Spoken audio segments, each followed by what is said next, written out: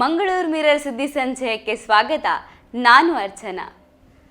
ರಾಜ್ಯ ವಿಧಾನಸಭಾ ಚುನಾವಣೆಯ ಹಿನ್ನೆಲೆ ಪ್ರಧಾನಮಂತ್ರಿ ನರೇಂದ್ರ ಮೋದಿ ಅವರು ಈಗ ರಾಜ್ಯದ ಪ್ರವಾಸದಲ್ಲಿದ್ದಾರೆ.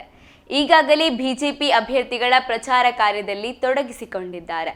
ಮೈಸೂರಿನಲ್ಲಿ ನಡೆದ ರೋಡ್ ಶೋ ಸಂದರ್ಭ ಮಹಿಳೆಯೊಬ್ಬರು ಹೂ ಎಸೆಯುವ ವೇಳೆ ಅಚಾನಕ್ಕಾಗಿ ಕೈಯಲ್ಲಿದ್ದ ಮೊಬೈಲ್ ಅನ್ನು ಎಸೆದಿದ್ದರು. ಈ ವೇಳೆ ಅದನ್ನು ನೋಡಿದ ಪ್ರಧಾನಿ ಮೋದಿ ಅವರು ಮೊಬೈಲ್ ಅನ್ನು ವಾಪಸ್ ನೀಡಿ ಎಂದು ಸನ್ನೆ ಮಾಡಿದ್ದು ಮೊಬೈಲ್ ಫೋನ್ ಅನ್ನು ಮಹಿಳೆಗೆ ವಾಪಸ್ ನೀಡಿದ್ದಾರೆ. ಮೈಸೂರಿನಲ್ಲಿ ಪ್ರಧಾನಿ ನರೇಂದ್ರ ಮೋದಿ ಅವರು ಸುಮಾರು 4 ಕಿಲೋಮೀಟರ್ ರೋಡ್ ಶೋ ನಡೆಸಿ ಗಮನ ಸೆಳೆದಿದ್ದರು.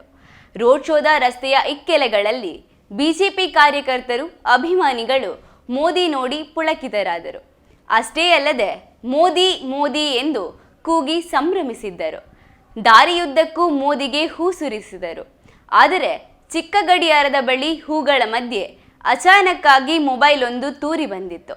ಮೊಬೈಲ್ ಬಿದ್ದ ಹಿನ್ನೆಲೆಯಲ್ಲಿ ಕೆಲ ಕಾಲ ಆತಂಕ ಸೃಷ್ಟಿಯಾಗಿತ್ತು. ಅದನ್ನು ಸ್ವತಃ ಮೋದಿ ಹಾಗೂ ಎಸ್ಪಿಜಿ ಅವರು ಗಮನಿಸಿದ್ದರು. ಅಷ್ಟೇ ಅಲ್ಲದೆ ಮೋದಿ ಅವರು ರೋಡ್ ಶೋ ವೇಳೆಯೇ ಮೊಬೈಲ್ ಅನ್ನು ಹಿಂತಿರುಗಿಸುವಂತೆ ಸನ್ನೆಯನ್ನು ಮಾಡಿದ್ದರು. ಆದರೆ ಮೊಬೈಲ್ ಪ್ರಚಾರದ ವಾಹನದ ಮೇಲ್ಗಡೆ ಬಿದ್ದಿದ್ದರಿಂದ ಯಾವುದೇ ಅನಾಹುತಗಳು ಆಗಿರಲಿಲ್ಲ.